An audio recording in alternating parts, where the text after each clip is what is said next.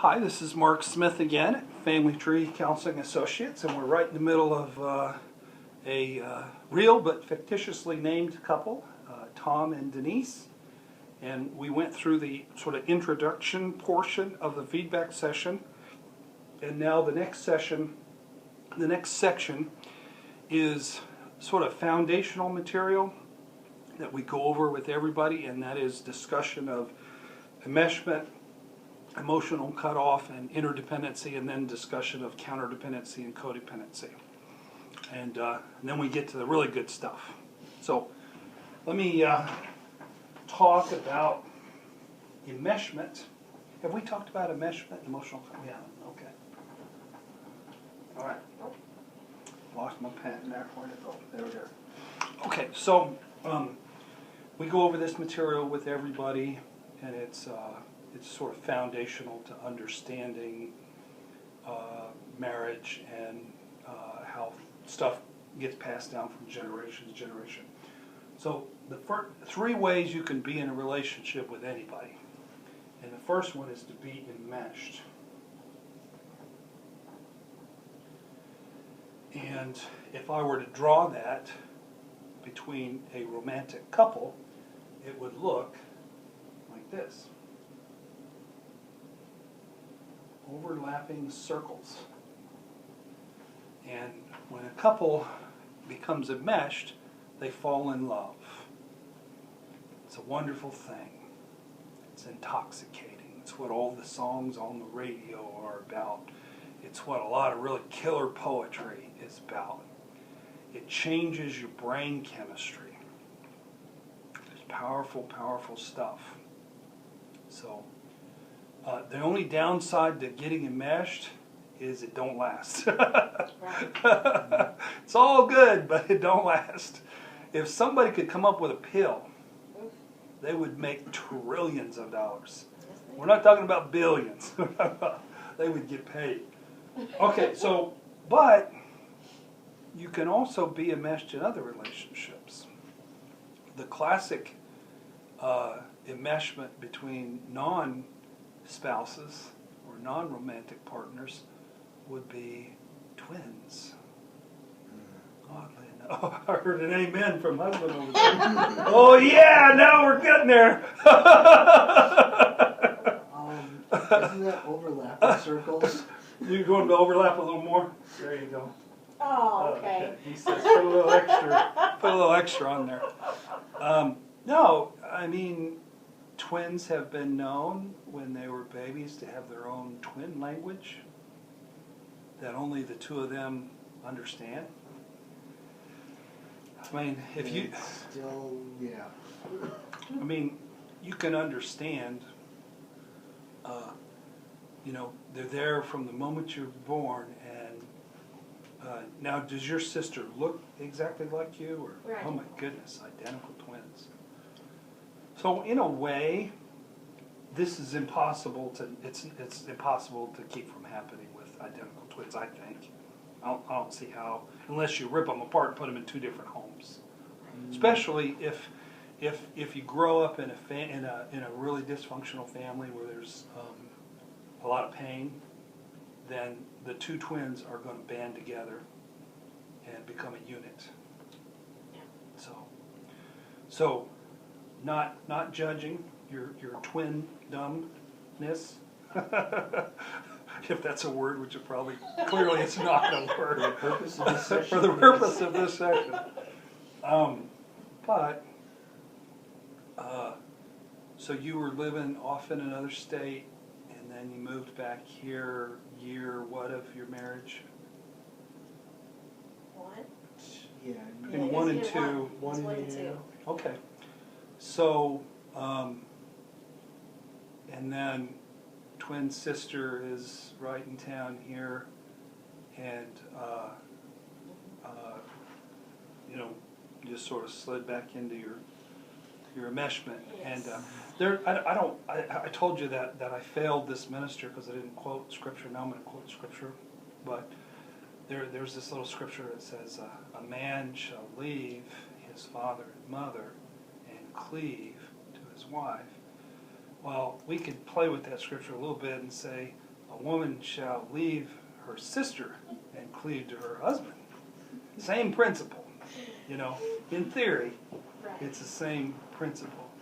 Yeah. Because when you don't cleave to your husband, he feels abandoned and he gets cranky, Right. you know. And he's not happy and he feels victimized and rage comes out. So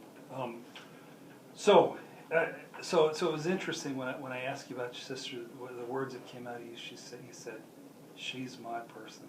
She's my person. Yeah. That's the truth. It's the Yeah. truth. No, it is the truth, and it's good that you said the truth.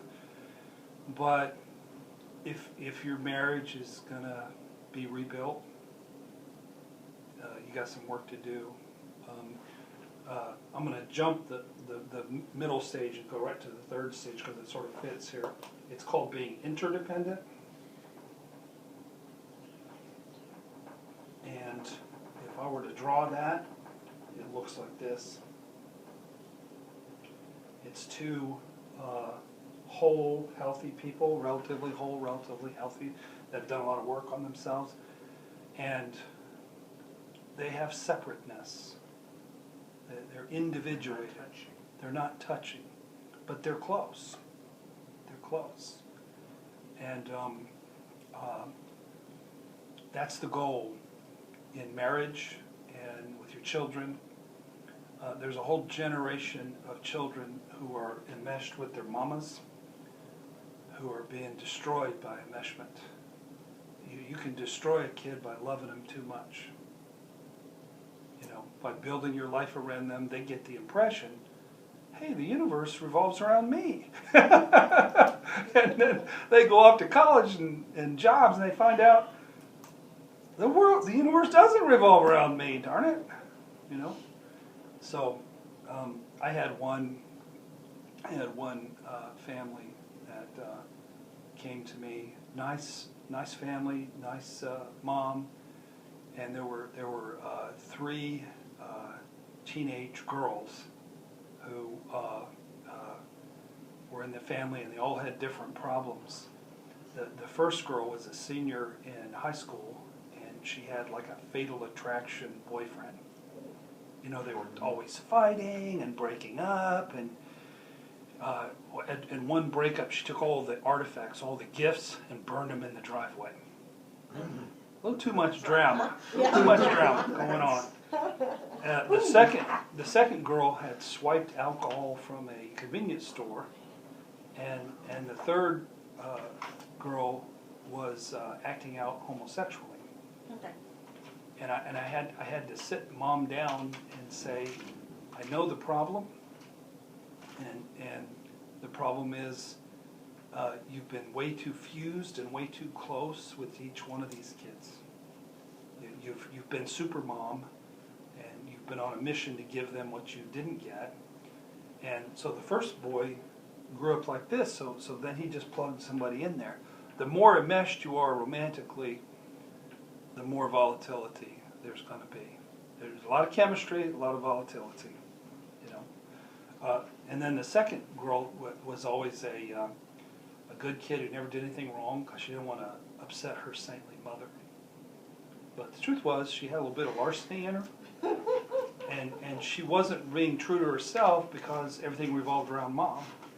And then the third, and this isn't politically correct, but it's been my experience with homosexuality, is generally an abandonment of one parent or the other. And so enmeshment looks like love. I've had whole families live on the same street. You know, grandparents from both sides and siblings all on the same. They changed the name of the street, and they look like the Waltons, but they're not healthy. And then they marry. They think they grow up with the Waltons, and they grow up and marry Charles Manson. And they're like, how did this happen? And I said, well, you married Charles Manson because you grew up with a family that's just as nuts as him. They just don't look like they're nuts because there's too much closeness, Right. and it looks So fine. everybody looks okay. Right, everybody looks okay. You can't see the crazy guys. You can't see the crazy guys in that family like that. Okay, so most couples start out with enmeshment and then they move into emotional cutoff.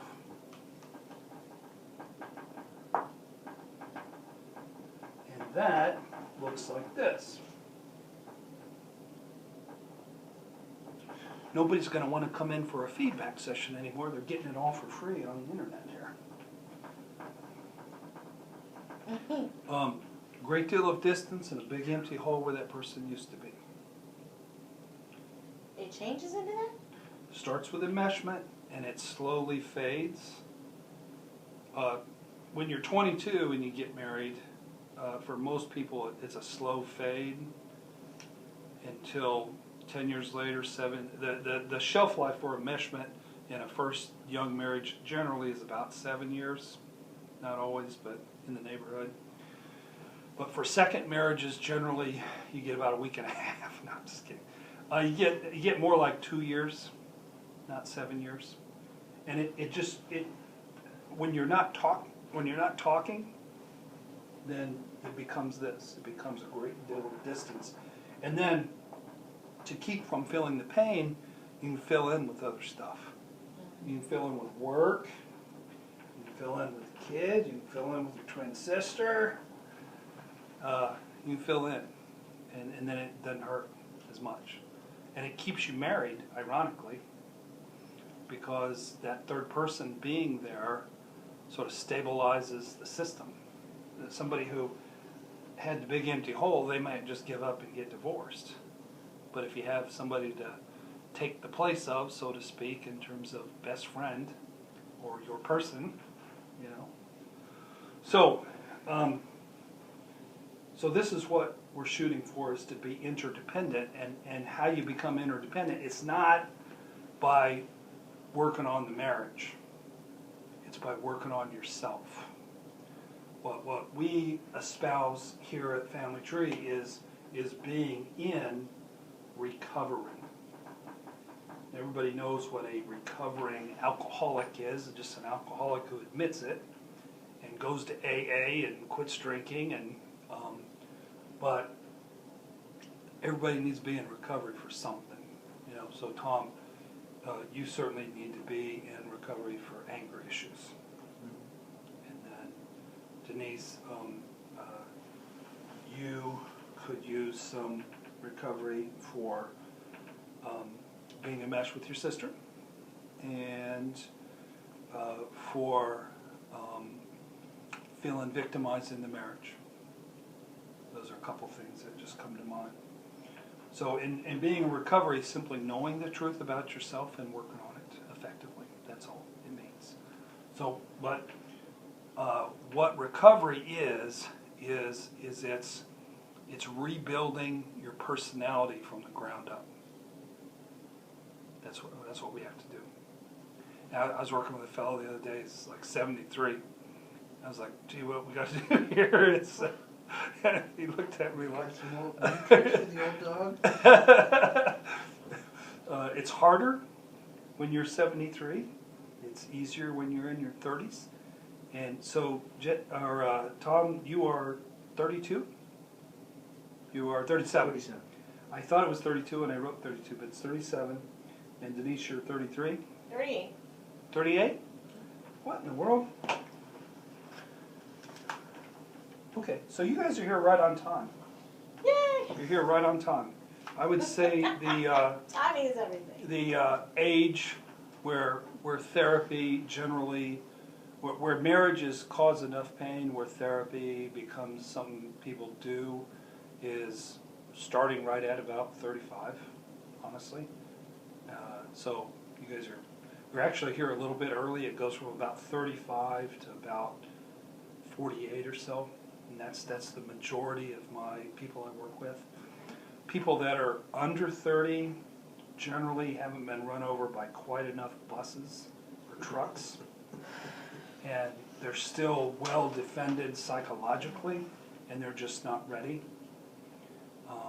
But when people get into their mid-30s, there have been enough trucks, run into them and cause enough pain that they're coming in, they're saying, I know what I'm doing ain't working. Right. I'm open for some feedback here because what I'm doing ain't working, you know. So, okay, so now we're going to talk about something that a lot of people have heard of, and that's codependency. And we're going to talk about what a lot of people haven't heard of, and that's counterdependency. And there's not a lot of books written on counterdependency. It's on my list of things to do, is to write a good book on counterdependency. So let me just go over the traits here. And most people are a combination of these characteristics, but you guys tell me. So counter-dependent.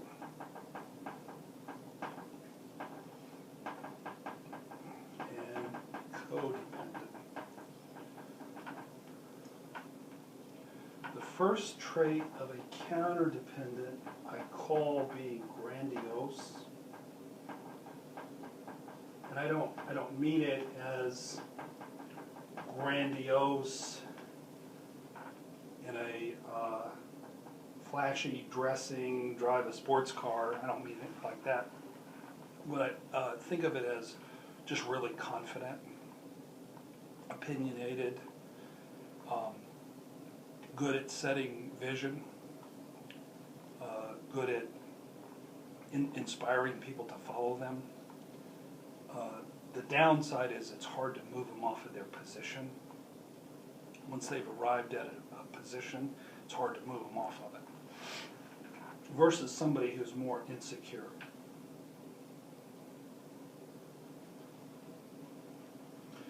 The second thing about a counter-dependent is they're highly independent.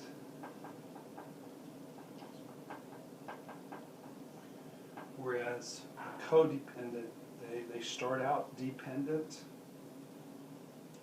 and needy, but then they, as the marriage moves into emotional cutoff, they don't have an option.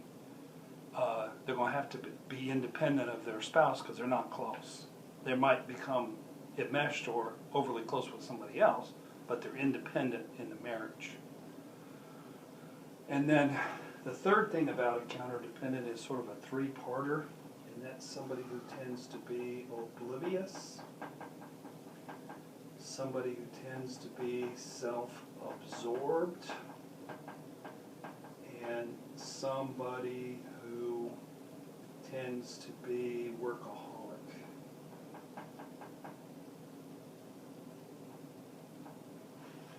Versus a codependent person, and they are too other-centered. The first thing that comes to mind for them is, what about the kids, or what about my spouse? Whereas the counter-dependent, I was working with a couple earlier today, and the codependent wife was sort of giving feedback to the husband, saying, all you do is take care of yourself when we're trying to get ready to go somewhere. And I said, well, that's what counterdependents learned growing up, is they learned how to take care of themselves because there wasn't anybody there to do it. So they learned how to do it, and that's what they learned. That's what they know how to do. They know how to take care of themselves. They know how to get fed. They know how to, get their needs met as much as possible without having to depend on somebody else. And then the last thing about a counter-dependent trait is they tend to have high control needs. And many times what that really is they don't want to feel out of control. It feels horrible to feel out of control because if you grow up in chaos and powerlessness, it just feels really bad. So as an adult, you want to arrange your life where you never have to feel that. This would be like losing your keys and you got to be somewhere. You can't find your keys, and it's like a panic attack almost. And then the last thing about a codependent is they're too passive.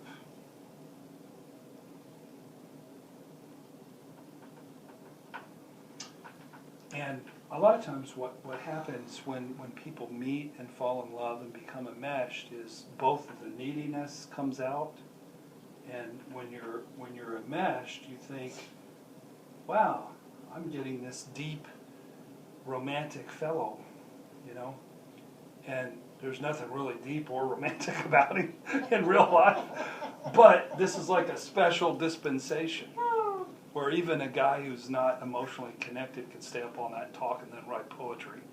Oh, You know? wow. You know, Wow. but really, when you get back, when the enmeshment wears off, it, you know, he goes back to being who it was, and who it wasn't very emotionally connected. So Enmeshed people are just great big lies. they're what? Lies. It's all lies.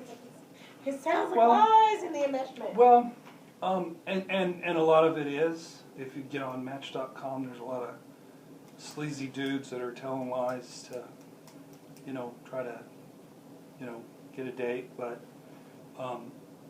most of it is just lying to yourself.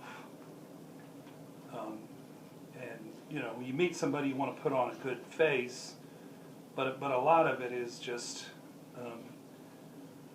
you know, you feel this powerful energy between you and that person, and you're not trying to be. You genuinely feel it. Right. They're not faking it. You're feeling it, and they're faking it. They're both really feeling it. Like I said, it has a short shelf life. So, so Denise, where do you see yourself? What traits? You go to the restaurant. You need to go to the restaurant. Would you? Go. Okay. Okay. So, Tom, how about you? Well, you know, I see some independence. Yeah. I see some control. Yeah. I see, yes and no, but at the same time, you know, I also am very other-centered Yeah. in some ways. Yeah.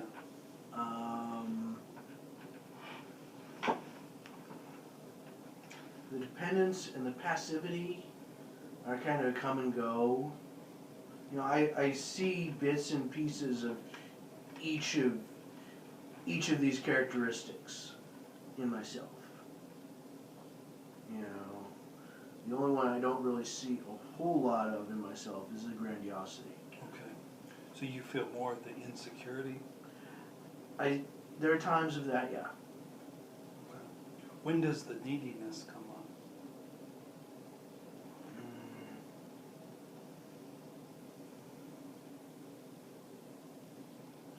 I guess it's a side effect of, you know, I most feel it, you know, when it's the fourth night of the week where I'm sitting at home alone because she's off with her family, and I'm just, you know, I've watched all the movies I want to watch, and I'm bored because the little girls are asleep, and I have to be quiet.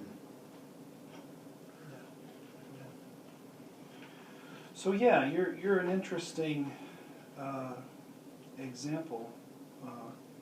So when do you feel the insecurity?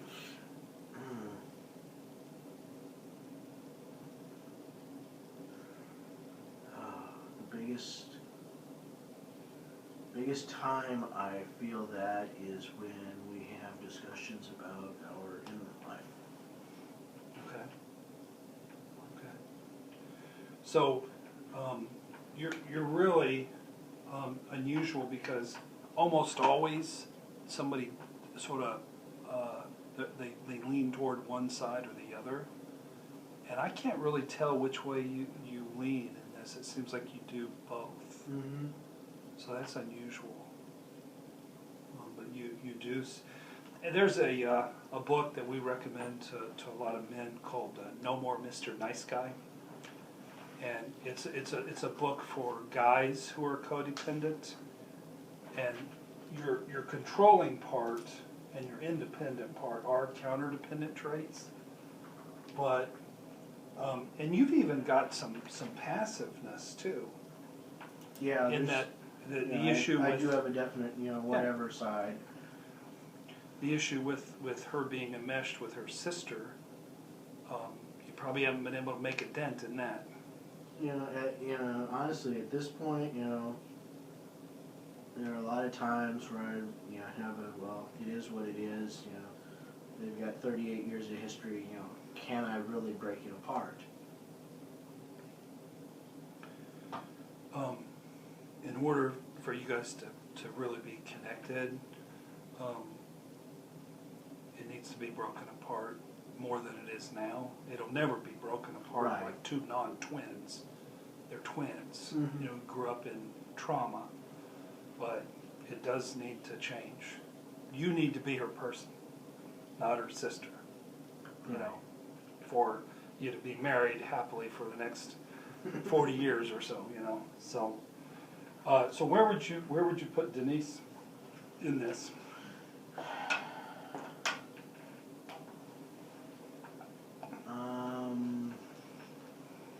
Independent, control, other-centered, but at the same time dependent.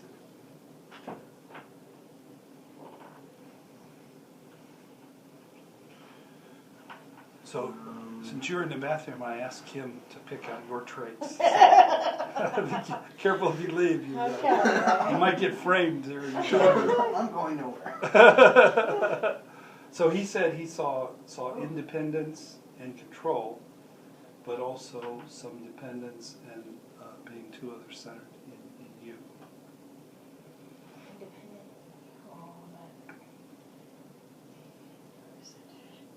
What do you think? Where do you see yourself? What, in this specific relationship? Yeah.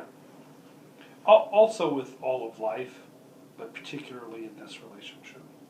Where do I see myself? Yeah. I see myself as independent. I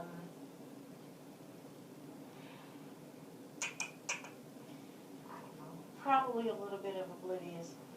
Okay. Definitely control. What are the things that you control? What are the things I try to control? What are the things you try to control? I try to control what goes on with the kids. I try to control what goes on. Frankly, I try to control everything. I try to control the money. I try to control what goes on with the kids. I try to control everything. I try to control it all. But we talked. I don't have. And you said you thought maybe he has about 70% of the power in the relationship. Well, you said that. He said that. You said. I said you that. said that. I said I didn't say that. That's What do you I think said. it is? What do you think it is? I said I thought it was 60-40 me. You? Mhm. Okay. What do you think?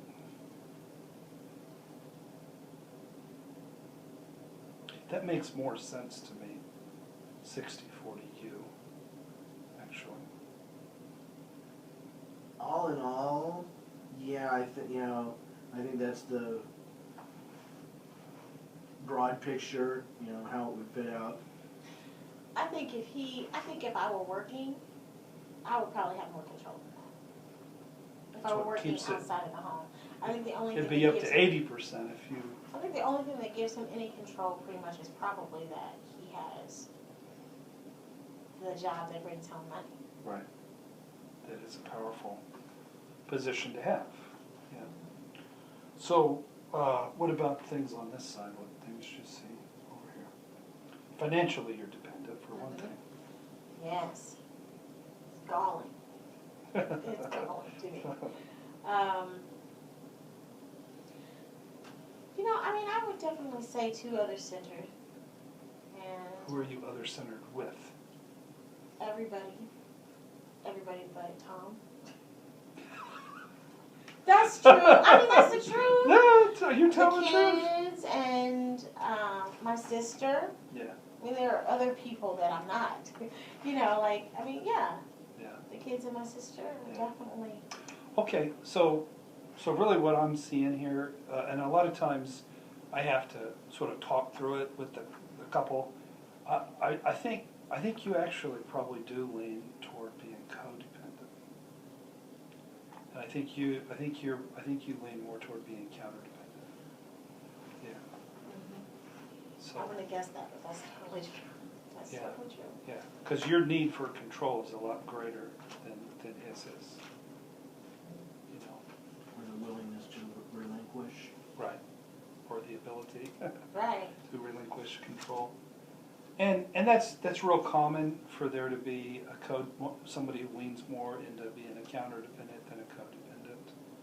And you certainly have some counterdependent traits, but if I had to pick one counterdependent trait of the four, it would be control is the big one.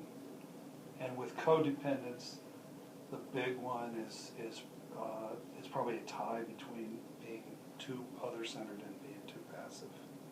So, okay.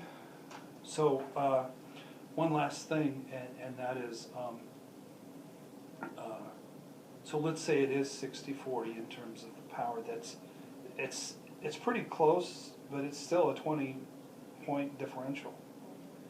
And so the recovery process for a codependent, and see, a lot of men who rage are actually by nature too passive. They hold it in, they hold it in, they hold it in, they hold it in, and then they blow. And then they go back to holding it in, holding it in, you know. So the analogy I use is every spring break, we load the kids up in the minivan and we drive to Myrtle Beach. And we get to about North Carolina and there's tunnels through the mountains. And those tunnels, it's my understanding that the engineers who build those tunnels, one of the main tools they use is dynamite.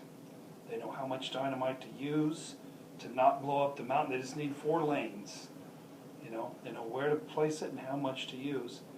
In the analogy, the counterdependent is the mountain.